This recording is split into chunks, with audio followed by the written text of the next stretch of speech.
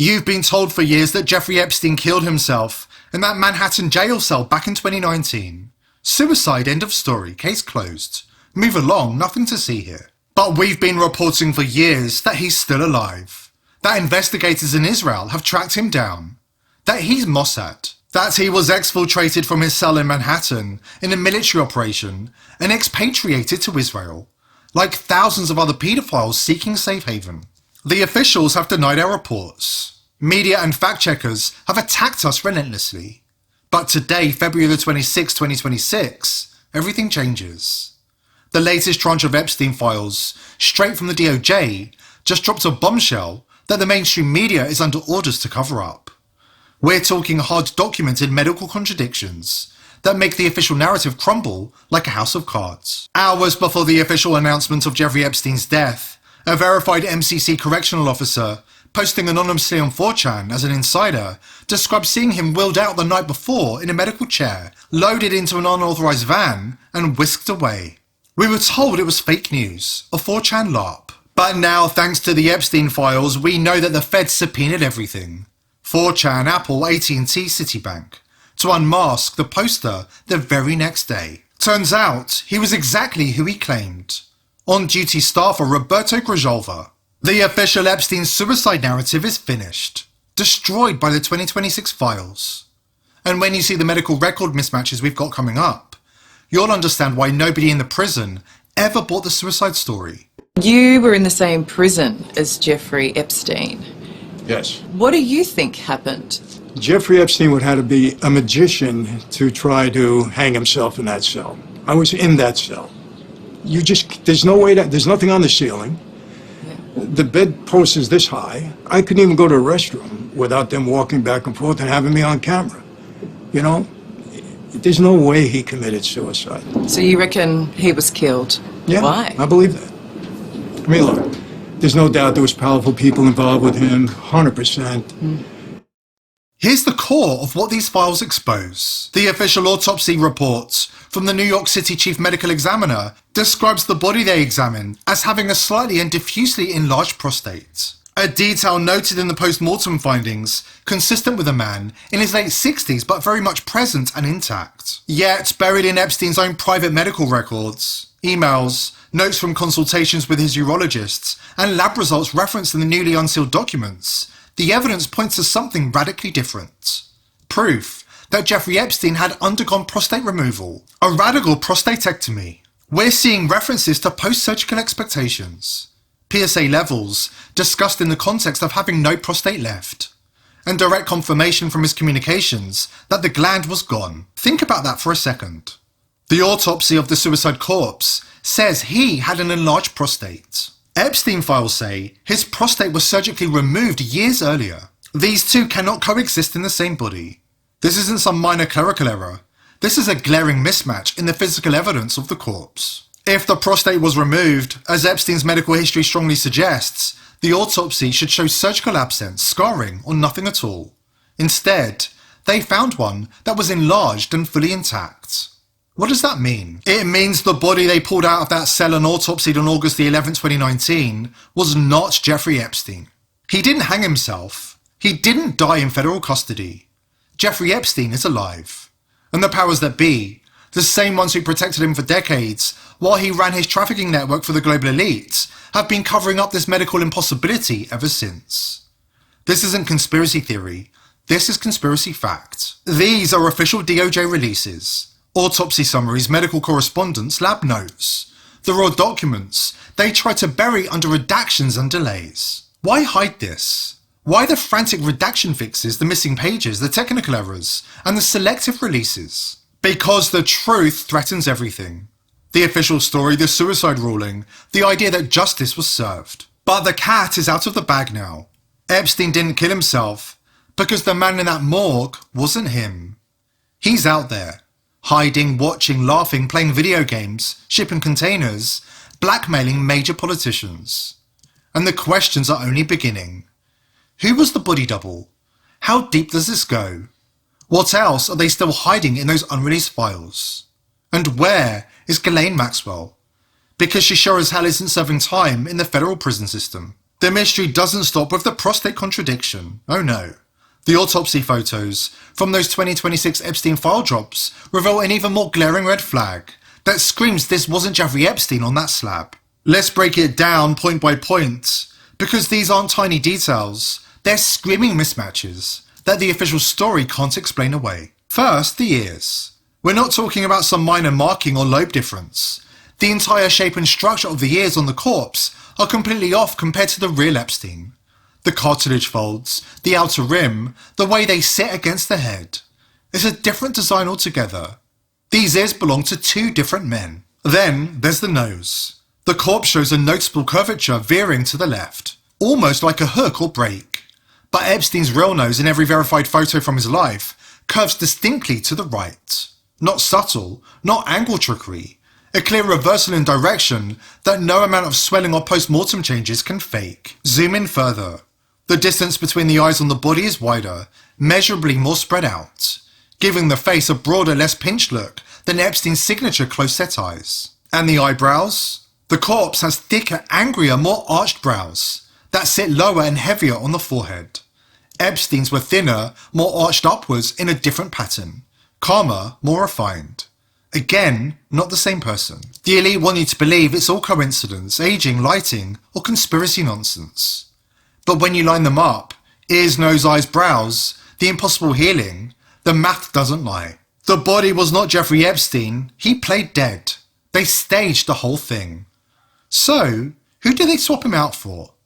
Just weeks earlier on June the 7th, 2019, Hillary Clinton's brother Tony Rodham died at 64. The family announced it quietly. No detailed cause released publicly. No big media autopsy dive. Just gone. Now line up the photos from the files and public records. The suicide corpse on the gurney, the ears match Rodham's identically. The nose, same prominent bridge, length and subtle profile curve. The eyebrows seal it. Thicker, heavier, more arched and lowered. Exactly Rodham's look. Not Epstein's thinner, refined style. Lauren the mortician agrees the official narrative has been completely obliterated.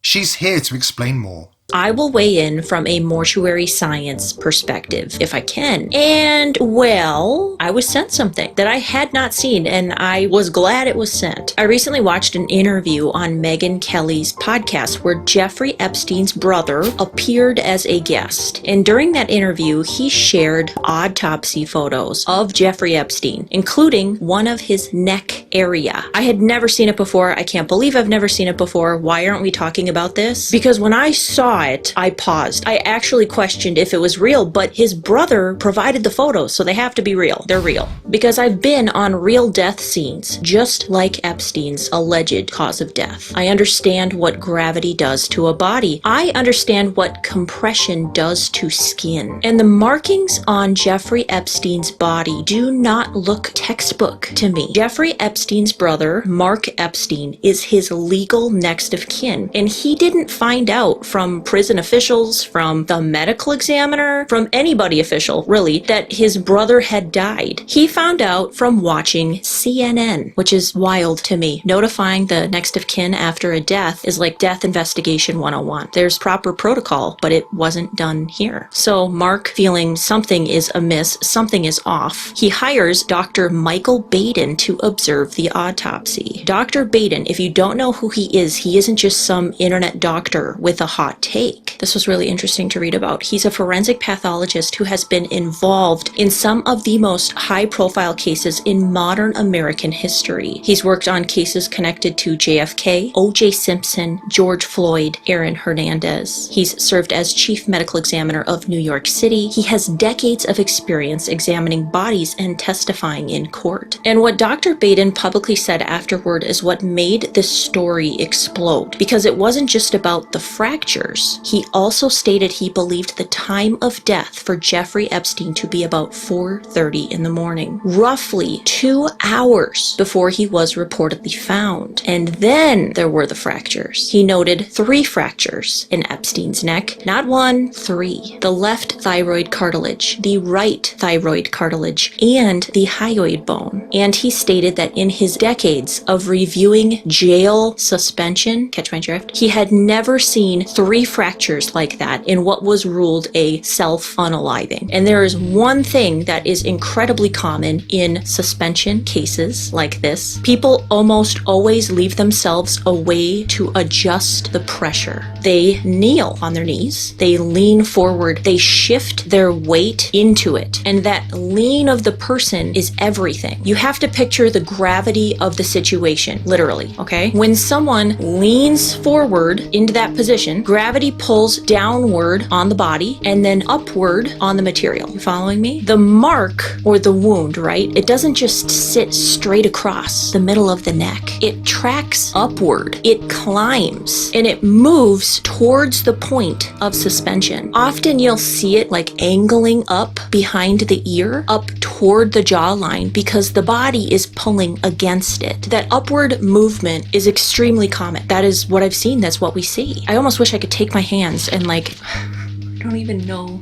You would see it. When I look at that image that Jeffrey Epstein's brother provided in that interview, what stands out to me is that the marking appears more mid-neck and pretty much horizontal, right? It doesn't present with that strong upward tracking that I am used to seeing in cases where someone has leaned forward into a suspension point. There even appears to be what looks like a secondary pattern behind it. I mean, correct me if I'm wrong, but I think it looks that way. Almost like a layered compression. Jeffrey Epstein's buttocks was suspended from the ground when the guards walked in that morning. His feet were out in front of him and he had to be cut down. Again, I would expect to see more upward angulation from the photos, and I just don't see that here. And that's the part that makes me pause the most, because the body doesn't lie. People do. So now we need to talk about the CPR, circling back, because this part bothers me too. If someone has been without circulation for hours, and again, Dr. Baden is suggesting a possible earlier time of death, the body does not feel freshly collapsed. It cools. The skin changes. Blood starts settling. The body starts doing what bodies do when they've been gone for a bit. And I'm sorry, but if you've ever been around a person who has clearly been deceased for a while, you know. But when you add that to everything else, the earlier incident, the removal from watch protocol, the cellmate being gone, the missing checks on the inmates, the camera malfunction, it doesn't calm the narrative, it makes it louder. I'm not saying I know exactly what happened in that cell, but I am saying that when I look at the totality of this medically, mechanically, procedurally, is that a word? Anyways, it does not feel clean. And then on top of everything, you're going to tell the public that a high-profile federal inmate died alone in his cell and there's no camera footage? We're talking about a federal facility, not a motel, not a storage unit, a locked, monitored housing unit. And yet the camera that would have captured direct activity directly outside of his cell, the one that would have shown who came and who went, who approached the door and who didn't, it wasn't functioning properly that night. No wonder those who knew Jeffrey Epstein best, his own family, have always rejected the official suicide story as laughable nonsense. His brother Mark Epstein didn't just doubt it. He straight up laughed out loud when he heard FBI Director Kash Patel doubled down on the narrative. Who do you think did it?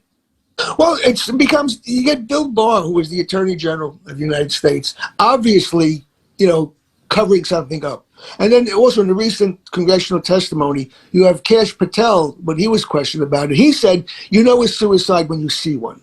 I actually laughed out loud when I heard that jackass say that, because how many suicides has he seen? And what makes him an expert? He's not a forensic pathologist. He's not a doctor. He's a joker. It's suicide when you see one. So he's perpetuated his bullshit. And that, folks, is where the real story begins. Israeli investigators are reporting that they're digging into the case. And they have proof that Epstein is alive and blackmailing US politicians. They say the reason his corpse was released to an unnamed source was because it wasn't really a corpse. It was a body. It was alive. And it was expatriated to Israel. Check out our report from earlier this month for the full details. They say the real reason the elite couldn't just kill him off. Epstein didn't keep compromise on hard drives or hidden safes. He kept the dirty secrets locked in his head. Dead, he's worthless. A loose end tied up. Alive, he's a walking insurance policy. So where does this leave us? It leaves us staring straight into the rotted heart of the elite's agenda. An agenda built on surveillance, blackmail, and absolute control. The fact is, they've declared war on us. Still using legacy VPNs in 2026? That's like wiring your brain straight into the surveillance matrix. The globalist takeover needs one thing. Every click, every search, every move you make online in their hands. You think you're safe? Mossad has been busted spying on White House officials. Nobody's safe. That's why VP.net was built in 2025. The world's first verified privacy network. Unlike legacy VPNs, they don't promise trust, they prove it. Cryptographic proof in real time that you can't be logged because they can't see your traffic. Your data is locked in Intel SGX secure enclaves. Cryptographic vaults so secure, even the owners of VP.net are shut out. This isn't privacy by some flimsy policy, it's privacy by design. Built to break the globalist control. Strike back with VP.net/TPV. Privacy by design. Because the internet is their battlefield, and this is your shield.